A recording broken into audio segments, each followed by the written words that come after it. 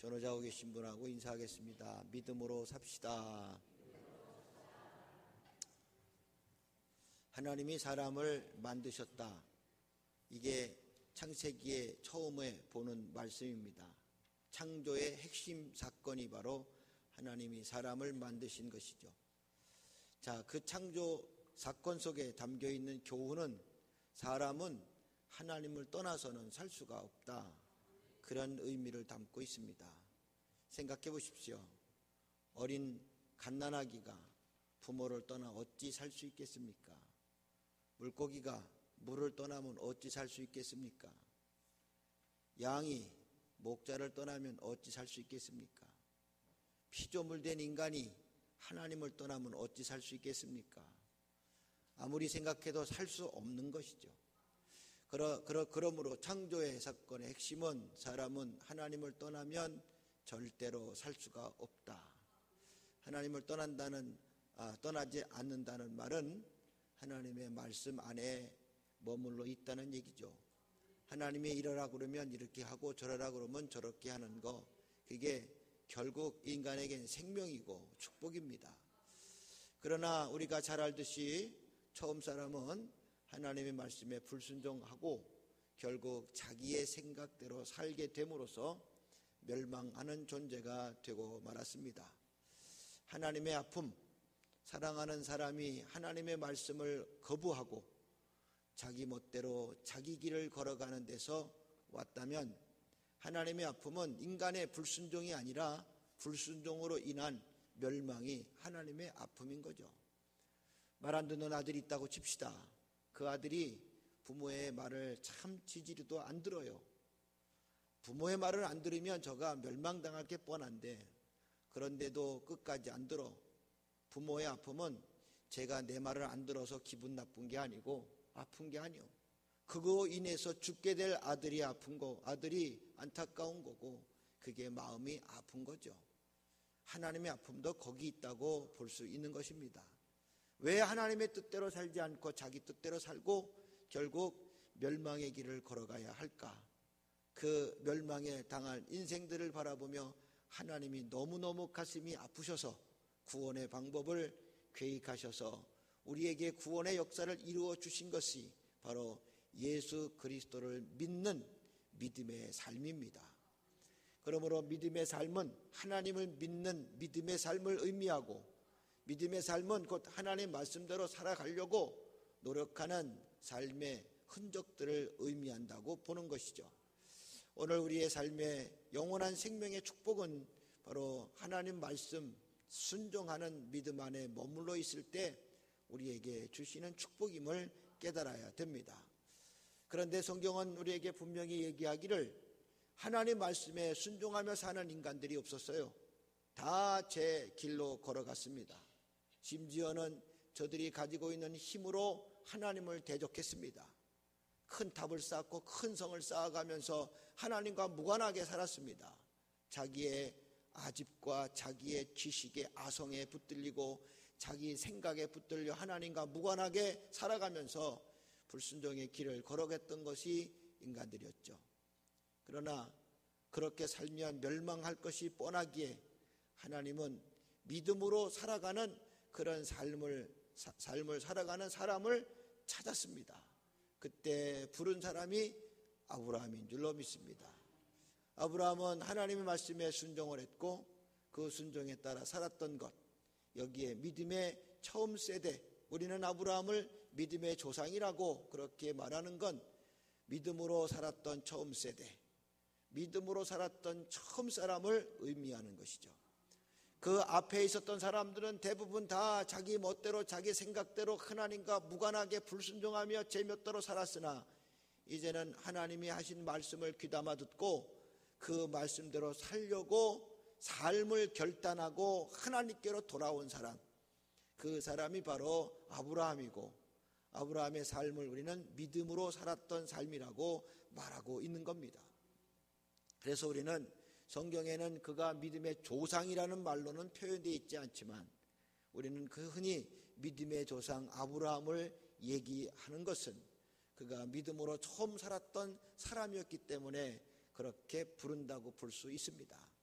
물론 그 앞선 세대도 믿음으로 살았던 사람이 없는 건 아니었지만, 그러나 하나님이 아브라함을 기점으로 해서 믿음의 삶을 살아가는 사람들을 이제 그 후손으로 두시고 그들을 통해서 하나님이 이 땅에 구원의 역사를 펼쳐 가시고 위대한 역사를 만들어 가고 계시다는 사실을 말씀하기에, 그러므로 아브라함은 믿음의 조상이라 그렇게 말씀하는 겁니다. 그렇다면 아브라함이 어떻게 살았을까? 아브라함의 이전과 이후의 삶, 하나님을 음성을 듣지 아니하고 자기의 생각과 뜻대로 살았던 삶과 하나님의 음성을 듣고 믿음으로 살았던 삶과는 같을 수가 없다는 사실이죠. 오늘 우리의 삶도 마찬가지입니다. 예수님을 믿기 이전의 삶과 이후의 삶은 같을 수가 없다는 겁니다. 이전에는 이렇게 살았지만 이후에는 이렇게 살아야 합니다. 이게 아브라함이 우리에게 믿음으로 살아가는 삶을 보여주는 그런 하나의 모습 속에서 깨닫는 교훈이 되어야 하겠습니다. 그렇다면 오늘 우리는 믿음으로 산다는 그러한 분명한 그 주제를 잘 깨닫고 나는 지금 믿음으로 살고 있는가? 아니면 믿음과 무관하게 살고 있는가? 믿음 안에 사는 자에게 주시는 영원한 생명의 축복을 소유하고 있는가? 이렇게 살다가 그냥 멸망당할 존재로 한평생을 끝나고 마는 비극적이고 불행한 존재가 되는 것인가? 우리 스스로 우리의 모습을 돌아보면서 믿음으로 살아가는 우리 귀한 성도의 삶이 이제 이후로 가득 차고 넘쳐나시기를 주의 이름으로 간절히 축원합니다. 자, 믿음으로 산다는 건 어떤 걸까? 오늘 아브라함을 통해서 몇 가지 교훈을 받습니다. 먼저 잘 떠나는 삶이 믿음으로 사는 삶의 시작이라는 것을 깨닫게 되죠. 아브라함은 갈대아 우르라고 하는 동네에서 살았던 사람이죠. 그것이 고향집이고 본토고 친척이고 아비집이었어요. 그래서 그는 그곳에서 70여 년의 삶을 살았는데 어느 날 그 아버지 데라가 그 식솔들을 데리고 하란을 향해서 자리를 옮겨 이사를 하게 되었어요. 그곳에 가면 더 좋은 것이 있을 것 같다. 그곳에 가면 더 귀한 새로운 삶이 주어질 것 같다. 뭐 그런 의미로 갔는지는 모르겠지만 하여튼 이사를 했다는 얘기죠. 그런데 이제 하란으로 떠나는 여정 속에서 아버지가 죽어요. 아버지가 죽게 되니까 아브라함이 이제 아버지의 대를 이어서 가정의 가장 노릇을 해야 할 상황이 된 것이죠. 그는 본토 친척 아비집 갈대아 우르, 아마 거기가 생각났을지 모릅니다. 하란은 이방 땅이고 또 낯선 지역이었기 때문에 이곳에서 내가 가족들을 책임질 만한 가장의 역할을 하려니까 많이 부담도 되고 힘들었던 것을 볼 수가 있는 거죠. 아버지가 이끌었기에 아버지 쫓아서 왔긴 했지만 가장으로서 내가 이 하란에서의 삶을 잘 살 수 있을지에 대해서 아브라함은 많이 걱정하고 근심했던 게 분명합니다. 가장이 되면, 온 가족을 책임지는 가장이 되면 아무래도 이런저런 일로 인해서 걱정하게 되고 뭔가를 의지할 것이 생기게 되고 그걸 바라보지 않으면 안 되는 그러한 삶을 살 수밖에 없는 것이죠.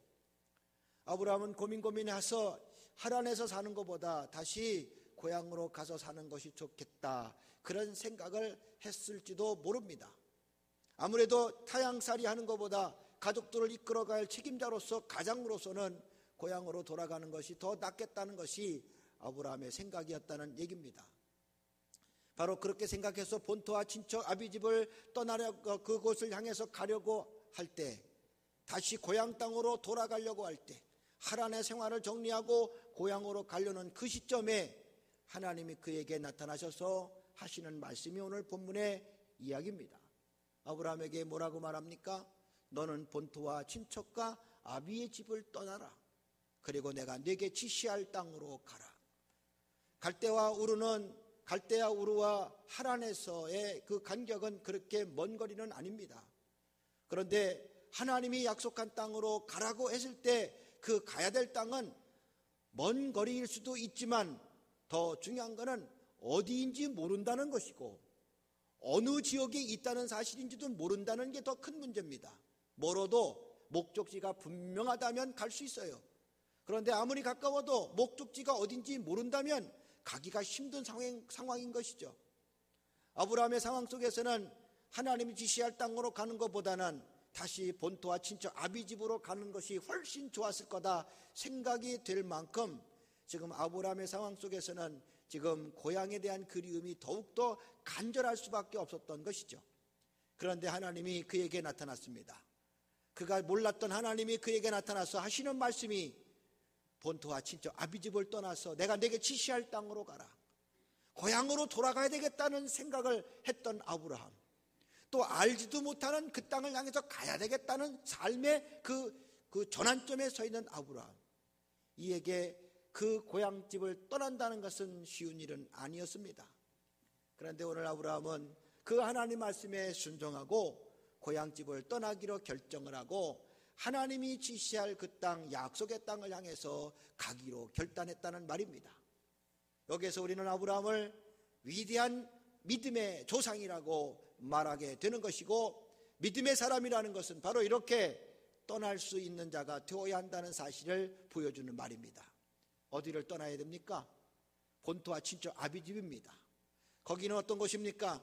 사람을 의지할 수 있는 자리요, 세상에 편안하고 안락한 자리요, 또 어떻게 보면 세상적인 근심도 걱정도 다 없앨 수 있는 자리요, 가장으로서 가족들을 책임져야 되는데 많은 위험이 있고 어려움이 있음에도 불구하고 거기에는 나를 도와줄 수 있는 친척이 있고 나를 도와줄 수 있는 친구가 있고 내가 힘들고 어려울 때마다 나의 힘이 돼줄 만한 많은 사람들이 있는 자리가 바로 본토와 친척 아비집입니다. 그런데 하나님은 그에게 거기를 떠나라고 얘기하는 거예요. 너가 태어난 육신의 고장, 육신의 고향, 육신으로 안락하고 편안하게 거할 수 있는 그 자리, 하나님은 그 자리에 가는 걸 원치 않으시고 그에게 약속의 땅을, 새 땅을 준비하시고 그걸 향해서 떠나라고 말씀하고 있습니다. 오늘 우리가 믿음으로 산다는 건 바로 여기에 의미가 있는 것이죠. 믿음으로 살면서 아직도 떠나지 못한 육신의 자리가 있습니까? 아직도 그리워하는 육신의 자리가 있습니까? 아직도 생각나고 어려울 때마다 힘들 때마다 기억이 떠오르고 그리워지는 육신의 고향이 있다 그러면 우리는 온전히 믿음 생활을 제대로 하고 있지 않다고 봐도 틀리지가 않다는 겁니다. 바르게 믿음 생활한다면 아직도 떠나지 못하는 육신의 자리를 떠나야 돼요. 어떤 성도들은 믿음 생활을 하면서도 가끔씩 비가 오면은 생각나네. 뭐가 생각날까요? 참이슬이 생각난다고. 어떤 분은 보글보글 끓는 김치찌개만 바라보면 캬 생각나네. 그런 분이 있어요. 아직도 그는 옛날 술자리를 떠나지 못하는 옛날의 그 자리를 그리워하는 사람. 어떤 성도는요, 저한테, 우리 가톨교회는 아닙니다, 밤에 전화를 했어. 전화를 했는데 술을 먹고 전화를 했어. 혀가 돌아가. 방언은 아닌데 혀가 돌아가고 있어. 발음이 이상해. 한국말인 것 같은데 아닌 것 같기도 하고. 뭔가를 말하고 싶은데 말할 수 없으니까 술로 이용해서 얘기하는 그런 사람이 있어요. 여기는 없는 줄로 믿습니다. 여자분들만 아멘하고 남자분들은 아멘 못하시네. 아직도 떠나지 못하는 내 자리가 있어. 아직도 힘들면은 생각나는 그게 있어. 아직도 그거 보면은 생각나는 옛날 이야기가 있어. 아직도 떠나지 못하는 그런 고향, 옛 육신의 자리가 있어요. 아직도 거기에 붙들려 살아. 돈에 붙들려 살고, 술에 붙들려 살고, 마약에 붙들려 살고, 도박에 붙들려 살고, 옆집 아줌마에 붙들려 살고, 끊지 못하는 이 더럽고 추악한 육신의 더러운 자리에 아직도 머물러 있는 이 모습은 절대로 믿음의 삶이 아니라는 것을 깨달아야 됩니다. 사랑하는 우리 모든 성도들, 하나님이 왜 갈대아 우르 내 고향 땅 본토 친척 아비집을 떠나야 된다고 말씀했을까?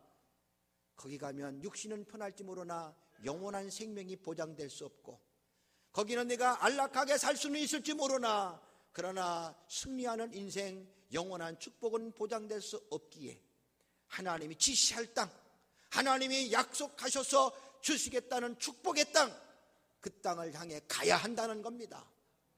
그래야 그것에서 우리가 누릴 영원한 축복이 보장되어 있다는 것을 말씀하시기에 하나님은 아브라함에게 옛날 너 육신의 고향으로 가지 말고 너가 의지할 사람, 만날 사람, 그리워할 사람, 너와 함께 너에게 힘이 되줄 만한 그런 사람 의지하는 그 자리로 가지 말고 이제는 철저하게 하나님만 바라보고 의지할 땅으로 가야 된다는 것을 말씀합니다. 그러기 위해서는 아직도 떠나지 못한 육신의 자리가 있거든 떠나야 됩니다. 아직도 내 마음에 뭔가에 묶여 있어. 세상에 묶여 있고 감정에 묶여 있고 미움의 감정에 묶여 있고 시기와 저주하는 마음에 묶여 있고 이렇게 아직도 떠나지 못하는 마음에 묶여 있으면 빨리 떠나야 믿음의 축복이 보장되고 약속되는 줄로 믿습니다. 우리가 믿음으로 산다는 것은 거기서부터 출발해서 하나님이 지시할 땅으로 가는 순례자의 여정인 거예요. 나그네는 갈 데가 없는 사람이요. 그러나 순례자는 가야 할 곳이 있는 사람이에요. 오늘 우리는 나그네가 아니고 영원한 본향, 약속의 땅, 축복의 땅, 하나님이 축복해 주시려고 우리에게 준비하신 그 땅을 향해서 한 걸음씩 한 걸음씩 발길을 옮기는 순례자 여정의 인줄로 믿습니다. 그게 성도의 삶이고 그게 믿음으로 살아가는 삶의 모습이다. 믿음의 조상, 믿음의 처음 세대 아브라함은 그래서 하나님의 강력한 명령에 따라 그는 본토와 친척 아비집을 떠나서 하나님이 지시하고 약속하신 땅을 향해서 나아가더라. 이게 바로 아브라함이 믿음의 처음 세대의 삶이었고 오늘 우리에게 주시는 교훈의 말씀입니다. 아브라함 이전 세대도 하나님 말씀대로 살았던 사람이 있었습니다. 아브라함 이전 세대도 하나님의 뜻대로 살았던 사람들이 몇 명 있었죠. 그러나 우리는 아브라함을 믿음의 조상이라고 하는 것은 하나님이 이 지시하고 약속한 땅을 향해서 날마다 나아가는 삶의 출발을 이룬 사람의 모습을 갖고 있기에 그래서 아브라함을 우리는 믿음의 처음 세대 조상이라 말하고 있는 것이죠. 사랑하는 우리 귀한 성도들, 아직도 떠나지 못하는 육신의 자리가 있거든 온전히 떠나시고 그래서 하나님이 축복한 땅에서 약속한 복을 천대로 누리는 복된 성도, 믿음의 역사를 이루시는 성도 되기를 주님의 이름으로 간절히 축원합니다. 할렐루야. 이게 믿음의 삶이다. 그렇다면 믿음의 삶은 이제 떠나기만 하면 되는가? 떠나긴 하는데 아브라함에게서도 문제가 하나 생겼어요. 왜냐하면 갈 데를 몰라. 하나님이 지시하는 땅이라고 했는데 그 땅이 어딘지를 몰라요. 지금처럼 지도를 펴놓고 그 땅이 어디쯤이다 라고 볼 수 있다면 모를까. 그 시대는 지도도 없었을 것이고 가야 하는 아브라함조차도 그 땅이 어디인지 몰라 미지의 세계를 향해서 가는 그런 발걸음이었다는 것이죠. 목적지가 분명하면 멀어도 갈 수 있으나 목적지가 불분명하면 한 발자국도 내디딜 수 없는 것이 순례자의 삶입니다. 여행하는 사람은 목적지가 분명하기에 그래서 가야 할 사람은 목적지가 분명해야 되는데 아브라함에게는 지금 떠나긴 떠났는데 갈 곳이 어딘지를 몰라요. 하나님은 지시한 땅이 있었는데 그 땅을 몰라요. 아브라함이 그러면 어떻게 거길 갈 수 있습니까? 여기에서 아브라함은 그 땅을 향해 어떻게 갔는가? 본문 4절에 이렇게 말씀합니다. 이에 아브라함이 여호와의 말씀을 따라갔고 롯도 그와 함께 갔으며 아브라함이 하란을 떠날 때 75세였더라. 이에 아브라함이 여호와의 말씀을 따라갔다. 이제 약속의 땅, 축복의 땅, 하나님이 지시한 그 땅을 향해 가는 아브라함의 발걸음은 가는 길은 몰랐으나 어딘지 몰랐으나 그가 갈 수 있었던 결정적인 이유는 하나가 있습니다. 하나님의 말씀을 따라갔다. 하나님 말씀을 따라간 거예요. 하나님 말씀이 일로 가라 해서 일로 갔고 저쪽으로 가라 해서 저쪽으로 간 거예요. 알고 간 게 아니라 목적지를 분명히 보고 간 게 아니라 하나님이 이끄시는 대로 갔다는 얘기입니다. 매일매일 그는 하나님께 오늘은 어디로 가야 할지를 물었을 거예요. 하나님은 오늘 어디로 가야 될지를 알려주셔서 아브라함은 온 가족을 이끌어갈 책임자로서 그들을 이끌어감에 있어서 얼마나 걱정이 많았고 근심이 많았겠어요. 그러니 갈 길을 보여달라고, 우리 가족들이 헤매지 않게 해달라고 아브라함이 하나님께 엎드리지 않았겠어요? 여기 하나님이 믿음으로 걸어가는 사람의 삶에 요구하시는 게 하나 있습니다. 믿음으로 사는 사람은 매일매일 하나님 말씀에 따라서 가는 거다. 그게 믿음으로 사는 자의 모습인 거죠. 매일매일 하나님이 말씀하시는 대로 따라가는 것, 거기가 바로 믿음으로 살아가는 두 번째 모습입니다. 오늘 우리가 뭘 하든지 간에 우리의 행동하는 것, 우리의 삶의 근거 기준이 되는 것은 내 상식도 아니고 내 지식도 아니고 내 경험도 아니고 이제는 하나님의 말씀이 내 삶의 지식이고 내 삶의 기초고 기준이 되어야 한다는 겁니다. 이게 믿음으로 사는 사람의 모습이에요. 믿음으로 산다는데 하나님 말씀은 항상 뒷전이고 자기 생각, 자기의 지식과 경험이 더 소중하게 여겨지는 것은 믿음으로 사는 게 아니죠. 아브라함의 나이가 75세였다고 그랬어요. 75세.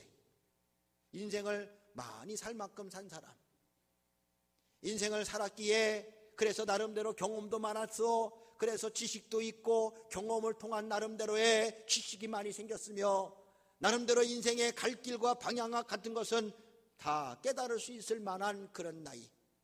그런데도 그는 매일매일의 삶을 하나님 말씀에 따라갔다고 하는 사실을 말씀하고 있는 것은 믿음의 삶이 어떤 것인지를 보여주는 겁니다. 우리가 지금 원수를 사랑해야 됩니다. 사랑하지 못할 것 같아서 아멘이 안 되시는가요? 원수를 사랑해야 됩니다. 정말 원수 사랑하기 어려워요. 원수 사랑, 그거 쉽지. 안 해요. 원수 사랑하기 진짜 어려워요. 우리가 일본을 생각할 때 일본 사람들은 왼수 같아. 그런데 우리가 직접 피해를 입지 않은 가족들은 그 미움이라는 게 그게 그리 크지 않아요. 그런데 우리 할머니가 위안부로 끌려갔다든가 아니면 우리 가족 중에 누가 일본 사람들의 손에 죽었다든가 아니면 뭐 이런저런 이유가 있을 거 아닙니까? 사랑이 될까요? 사랑할 수 있을까요? 그 미움이 가득 차 저들을 어떻게 그렇게 사랑할 수 있을까요? 하나님은 그런데 우리에게 주시는 말씀, 사랑해라. 어려운 거예요. 독립투사들이 조국의 독립을 위해서 얼마나 애를 썼습니까? 그런데 그들이 독립된 이후, 해방이 된 이후의 삶은요, 자녀들 초등학교 졸업한 자녀가 20%, 중고등학교 졸업한 자녀들이 40%. 그런데 친일파로 호화호식 누리면서 그 부귀영화를 일제시대 누리면서 해방된 그 후손의 자녀들은 다 대학교, 대학원, 유학 갔다 오고 지금 아주 내노라는 자리에서 떵떵거리고 살고 있는 그런 모습들을 보면서 가정 망하려면 조국의 독립을 위해서 살면은 3대가 망하고 일본 치하에서 열심히 살면 3대가 흥한다. 그런 말이 나돌 정도로 일본 시대에 독립 때문에 그렇게 애를 썼던 많은 사람들 가산을 탕진하고 그리고 생명까지 앗아갔던 그런 처절한 역사. 그런데 그 후손들이 저렇게 잘 사는 거 보면 얼마나 속상하겠어요. 사랑이 되겠어요? 친일파 사람들이 가지고 있는 그 재산이 땅이 450만 평방미터. 근데 그 중에서 환수가 된 것이 3%밖에 안 된답니다. 그 3%도 다시 돌려달라고 소송을 걸고 제기를 해서 일부는 또 승소 판결이 난 것들은 돌려주는 그런 상태가 지금 우리의 모습이래요. 그 사람들이 지금 그 떵떵거리며 살아가는 이 사회에 반대적으로 조국의 독립을 위해 일했던 그 후손들의 처절한 삶에서 그들을 바라보면서 사랑이 가능할까?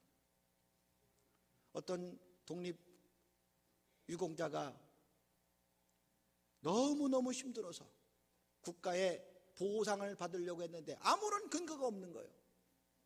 아무런 근거가 없으니까 국가에서 보상해 줄 수가 없다는 거야. 그래서 그 유공자 그 사람을 그렇게 고문했던 친일파 사람, 그 사람이 살아있기에 그 사람한테 가서 증언을 해주면, 그 사람이 증언을 해주면 당신이 독립유공자로서 국가의 보상을 받을 수 있다. 그러니까 그 사람한테 찾아가서 좀 증언 좀 해달라고 부탁을 해라. 그렇게 얘기했더니 그 독립유공자가 하는 얘기가 이렇게 살지언정 절대 얘기 못한다 하고 후손한테 하는 말이 그 사람 찾아가거든 죽여라. 그랬다는 거예요. 원수 사랑이 가능하겠습니까? 어렵죠. 그런데 그리스도인은 사랑해야 됩니다. 왜 그럴까요? 하나님이 말씀하셔서 그래요. 하나님의 말씀에 따라 살아가는 것이 믿음의 사람이기에, 안 되는 거지만 힘든 거지만 하나님 말씀하셨기에 그렇게 하려고 노력하는 거야. 그래서 사랑은 안 되는데 사랑하려고 노력하는 거야. 내 가슴에 미움이 사라지게 하려고 몸부림치는 거야. 왜? 하나님의 말씀의 근거가 내 삶의 기초기 때문에. 그래서 나는 이렇게 오늘도 안 되는 사랑 해보려고 몸부림치는 거예요. 그게 믿음으로 살아가는 사람의 모습입니다. 아브라함이 하나님의 말씀을 따라 갔다는 의미가 바로 그거예요. 여러분, 기도 왜 하십니까? 기도해야 응답 있고, 기도해야 축복 있고, 기도해야 뭐가 있고, 어쩌고 저쩌고 많은 이유를 들 수 있지만, 여러분, 우리가 기도하는 것도 하나님의 말씀하셔서 말씀대로 살으려고 기도하는 거고, 예배 왜 드립니까? 예배를 받으시면 하나님이 축복하시고 어쩌고 저쩌고, 예배 드리는 것도 하나님이 예배 드리길 원하시고 말씀하고 명령하셨으니 그 말씀대로 따르려고 예배 드리는 거고, 오늘도 봉사하고 헌신하고 충성하고 하는 거, 여러분이 분명히 이건 하나님이 내게 명령하신 말씀이기에 그 말씀대로 따르려고 하는 거지, 다른 목적이 거기에 있다면 그게 인본주의 신앙인 거예요. 오늘 찬양대 찬양 아름다웠어요. 맞습니까? 예. 왜 찬양대 합니까? 나는 음악적인 재능이 좋아서, 나는 음악적으로만 뭐 하고 싶어서, 나는 뭐 어떠고 저쩌고, 그런 이유 때문에 찬양대한다 그러면 이건 인본주의요. 왜 찬양대에 섰습니까? 하나님이 찬양할 사명을 내게 주셔서 명령하셔서 나는 그 말씀을 좀 이렇게 실천해 보려고 찬양대에 들어와서 하나님 말씀대로 지금 순종하며 찬양합니다. 이게 믿음으로 사는 자의 삶의 태도인 거예요.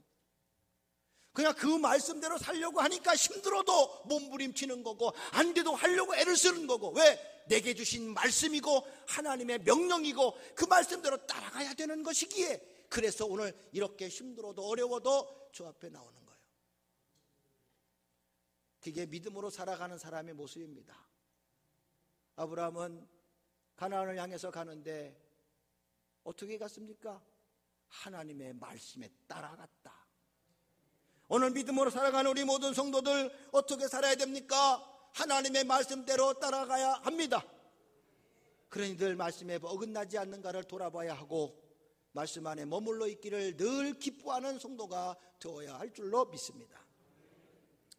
우리 세상 사람들은요, 아주 민감해. 한 게 하나 있어요. 뭐냐면 유행에 민감해. 유행에. 세상 유행에 얼마나 민감한지 몰라. 한번 치마가, 짧은 치마가 유행이라 그러면 너도 나도 할 것 없이 다 짧게 입고 다니는 거야. 청바지 찢어 입는 게 유행이라 그러면 너도 나도 할 것 없이 새 청바지 사가지고 찢기에 바빠. 어쩌면 세상 유행에 그렇게 민감한지, 세상의 유행에 따라 살아가는 세상 사람들. 그런데 우리는요, 오직 말씀 따라 살아가야 돼요. 세상의 유행이 좀 뒤쫓아도 괜찮습니다. 하나님 말씀이 아니면 아닌 거야. 하나님 말씀이 야, 그거 하지 말아라, 그거 하는 거는 세상 사람이 하는 거고, 이 믿음의 사람은 그렇게 하는 게 아니다. 이렇게 해야지 요즘 유행인데요. 아니면 아니라고 그 말씀에 순종할 수 있는 태도가, 그게 바로 말씀 따라 살아가는 성도의 모습인 줄로 믿습니다. 여러분, 그렇게 따라갔더니 어떻게 됐습니까? 정말 갈 수 없을 땅인 것 같고 힘들었던 땅인 것 같은데 그렇게 말씀에 따라서 하루하루를 갔더니 마침내 가나안에 들어갔더라. 오늘 본문 5절 말씀을 읽습니다. 아브라함이 그의 아내 사레와 조카 롯과 하란에서 모은 모든 소유와 얻은 사람들을 이끌고 가나안 땅으로 가려고 떠나서 마침내 가나안 땅에 들어갔더라. 힘들어요. 하루하루 가는 게 어려워요.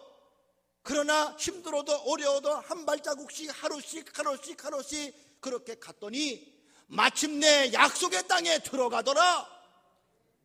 이게 중요한 거예요. 마침내 들어가는 거예요. 어려워도 힘들어도 마침내 들어갈 수 있는 축복이 끝까지 그 말씀을 따라 살아가는 자가 누리는 축복입니다. 말씀대로 살면 손해봐요. 말씀대로 살면 내가 힘들어요. 말씀대로 살면 어쩌고 저쩌고 할 말이 많아. 그러나 말씀대로 살면 약속의 땅 가나안 땅에 들어가서 그 땅에서 받을 축복을 자손 대대로 누리게 된다는 사실, 이게 믿음으로 살아가는 말씀 따라 사는 자의 축복임을 믿습니다. 우리 성도들이 받을 복이 되시기를 주님의 이름으로 간절히 축원합니다. 할렐루야. 말씀대로 따라갔다. 말씀대로 따라갔더니 어땠어요? 홍해에 도착했네. 말씀대로 따라갔는데 홍해에 도착했어. 그러면 어떻게 됩니까? 여기서 믿음의 사람과 믿음 없는 사람이 나타나는 거예요. 믿음 없는 사람은 야, 죽일 데가 없어서 홍해 끌고 왔냐? 야, 이게 말이나 되냐? 우리를 살린다고 끌고 나오더니 결국은 홍해 다 매장시킬 모양이다 하면서 원망하고 불평하고 돌을 들고 죽이려고 싸우려고 달려든다는 거죠. 그런데 홍해도 누구의 말씀에 따라? 하나님 말씀 따라 왔잖아요. 여기서 믿음의 사람은 태도가 달라야 돼. 하나님의 구원이 임하겠구나. 어려운 일, 힘든 일 그 앞에 있을 때 아이고 어떻게 보면 이렇게 왔어. 하나님 어떻게 된 거요? 살아계신 거 맞아요? 나를 이렇게 힘들고 어려운 데를 끌고 오게 왜 그랬어요? 원망하고 불평하는 건 믿음 없는 사람. 그러나 믿음으로 사는 사람은 하나님의 구원의 역사가 임하겠구나. 원망하고 불평하는 그 백성들에게 믿음의 사람 모세는 뭐라고 합니까? 오늘날 너희가 하나님의 구원을 보리라. 우리 가정에 힘든 일, 어려운 일 옵니다. 이 세상에 살면서 어렵고 힘든 일 겪지 않은 사람이 어디 있어요? 그건 예외 없이 누구나 다 고난이 있고 어려움이 있고 사건이 있고 어떤 경우는 죽음의 위협까지 느낄 만큼의 그런 위기를 느끼게 된다는 것이죠. 그럴 때마다 믿음의 사람은 이 길도 하나님의 말씀에 따라왔으니 하나님이 구원을 보여주실 줄로 믿습니다. 그 길이 생명의 길이 되는 거야. 당장은 죽을 것 같은 홍해 앞바다였지만 결국 그 사건을 지내고 보니까요, 그들 홍해 안 왔으면 애굽 군대의 칼에 창에 다 찔려 죽었어요. 홍해에 왔기 때문에 그들이 다 생명이 보존된 줄로 믿습니다. 아하, 홍해가 죽음의 길이 아니라 생명의 길이었구나. 믿음의 사람에게만 베풀어주는 축복입니다. 홍해 앞에서 야, 죽음의 자리다 하고 이 죽음의 자리 내가 못 있겠다 하고 뒤로 도망간 사람이라면 뒤에 추격하는 애굽 군대에 붙들려 죽었을 거예요. 그러나 그들이 끝까지 하나님의 구원의 자리에 머물러 있더니 모두가 다 그 홍해에서 구원받아 새로운 사람이 된 줄로 믿습니다. 이게 믿음, 하나님 말씀에 따라서 살아가는 자의 삶인 거예요. 이게 바로 믿음으로 사는 자의 모습인 거죠. 오늘 우리 모든 성도들에게 이런 믿음으로 살아가는 축복이 있으므로 마침내 축복의 땅에서 자손 대대로 복을 누리시기를 주님의 이름으로 간절히 축원합니다. 믿음으로 산다는 것은 두 가지 일을 잘해야 되는 것 같아요. 하나는 쌓는 일을 잘해야 된다. 또 하나는 세우는 일을 잘해야 된다. 자, 쌓는 일은 뭘까? 아브라함이 이제 가나안 땅에 마침내 들어가서 한 것이 있습니다. 그가 가나안 땅에 들어가서 한 것, 첫째는 제단을 쌓는 일을 했다. 7절, 여호와께서 아브라함에게 나타나 이르시되 내가 이 땅을 내 자손에게 주신지라 하신지라 자기에게 나타나신 여호와께 그가 그곳에서 제단을 쌓았다. 제단을 쌓았다는 것은 항상 하나님께 예배의 공동체로 내 삶을 이끌어 간다는 뜻이죠. 가나안 땅에 들어가서 뭐 하는데? 가나안 땅과 갈대아 우르와 다른 것은 한 가지. 갈대아 우르는 그냥 내 힘으로 살면 되고 내 멋대로 살면 되고 내가 대접받을 수 있어. 가나안 땅 고향 땅에서는 나이만 먹으면 대접받는 거야. 그러나 가나안 땅은 그렇지 않아요. 나이가 먹든 안 먹든 대접해야 될 분이 계셔. 그분이 이 길을 이끌으신 하나님이신 줄로 믿습니다. 그 하나님께 날마다 제단을 쌓아야 되는 거예요. 이게 가나안 땅에서 해야 될 성도의 중요한 태도인 것이죠. 믿음으로 산다는 건 예배를 뺄 수가 없어요. 제단 쌓는 일을 소홀히 해서는 절대 안 돼요. 예배 생활이 영적 생활에 하나의 상징적 의미가 있지 않습니까?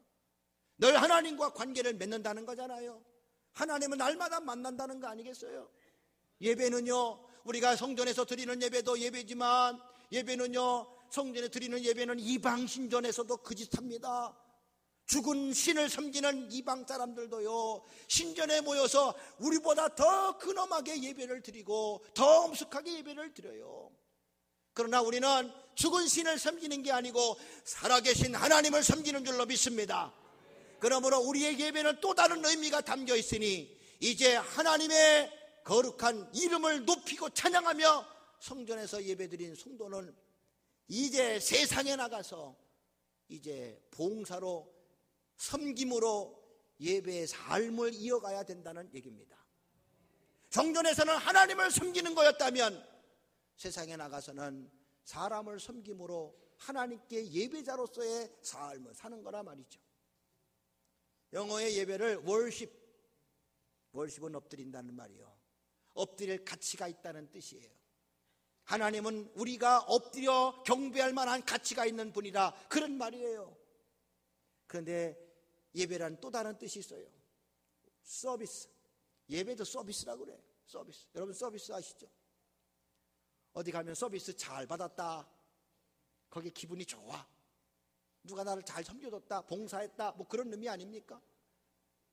월십, 하나님께 엎드리는 것도 예배지만 서비스, 나가서 봉사하고 섬겨주는 것도 예배의 또 하나의 모습인 것을 말할 때, 죽은 우상을 섬기는 세상 이방 신전은 월십만 있어. 죽은 신에 대해 월십만 있어. 그러나 살아계신 하나님을 섬기는 우리 그리스도인에게는 세상에 나가 빛이 되고 소금이 되어야 될 서비스가 있어야 돼. 이 사실이 바로 온전히 제단을 쌓는 믿음의 사람의 모습인 줄로 믿습니다. 이렇게 제단을 잘 쌓는 믿음의 사람 되시기를 주의 이름으로 간절히 축원합니다. 그 다음에 또 잘해야 될 게 하나 있어요. 하나는 세우는 일인데 뭘 세웁니까? 장막을 세우는 일이다. 둘째, 장막을 치는 것을 말하는데 8절 보니까 거기서 베델 동쪽 산으로 옮겨 장막을 치니 서쪽은 베델이요 동쪽은 아이라. 장막을 쳤다는 거예요. 장막을 친다는 건 뭐겠어요? 자기가 거주할 집을 짓는다는 거죠. 근데 왜 집을 짓지 않고 장막이라고 했을까? 믿음으로 산다는 것은 뭘 말하느냐? 이 세상은 내 집 아니요 영원한 본향이 있다는 신앙의 고백을 갖고 이 세상을 살아야 된다는 말입니다. 장막은 쳤다가도 부수고 쳤다가도 부수고, 왜? 여기가 정착할 곳이 아니라 또 이곳에 옮기고 저곳에 옮기는 게 장막을 치는 자의 삶이요. 오늘 우리의 삶도 믿음으로 살아가는 것은 이 세상이 전부 다 생각하고 이 세상에 모든 걸 투자하고 이 세상에 모든 걸 다 맡기고 이 세상에 내 삶의 뿌리를 받고 살겠다고 그렇게 세상에 모든 것을 내려놓고 세상에 투자하는 그런 삶이 아니라 장막을 치는 것처럼 이제 다시 또 옮길 걸 생각하고 영원한 본향을 향해 가는 삶이 바로 장막을 치는 삶이요 믿음으로 살아가는 삶의 모습입니다. 아니, 이 세상에 얼마나 먹고 살겠다고 부정을 저지릅니까? 이 세상에서 얼마나 대단하게 살려고 비리를 저지릅니까? 이 세상에서 얼마큼 잘 살려고 거짓말 해가면서 사기를 쳐먹습니까? 대단한 권력, 대단한 힘을 줘본들 이 세상에서 얼마나 누리려고 그런 짓까지 해가면서 하나님 말씀까지 어겨가면서 세상 일에 그렇게 빠져 있습니까? 아직도 예수 믿고 믿음 생활하면서도 장막을 짓지 아니하고 집을 짓겠다고, 영원히 안주할 집을 짓겠다고 투자하고 또 투자하고 비리 부정을 저질러 가면서 그렇게 이 땅에 많은 걸 투자하는 어리석은 사람 되지 말고, 이 땅에서는 장막을 치고 영원한 나라에 집을 짓는 그 모습으로 사는 자, 이게 바로 믿음으로 사는 거예요. 할렐루야. 이 세상에서 그렇게 오래오래 살 게 아니라면 나쁜 짓까지 해가면서 돈 벌 거 뭐가 있으며, 하나님 앞에 제대로 자기의 할 도리도 안 해가면서 세상 일에 빠질 일이 뭐가 있으며, 하나님 앞에 소홀히 살면서 뭘 그렇게 열심히 할 게 뭐가 있어요. 열심히 살아야 되겠지만 우리는 장막을 치는 심정을 가지고 이 땅의 삶을 살아가게 될 때 영원한 천국의 축복과 자손 대대로 누릴 축복이 약속된 줄로 믿습니다. 오늘 세상에 매여 살지 아니하고 하늘을 바라보면서 날마다 장막을 치며 살아가는 삶, 이게 바로 믿음의 사람입니다. 이렇게 살아가는 우리 모든 성도, 믿음의 온전한 축복과 약속된 복이 가득한 우리 귀한 성도 되시기를 주님의 이름으로 간절히 축원합니다. 할렐루야. 은혜 주신 하나님 박수합니다.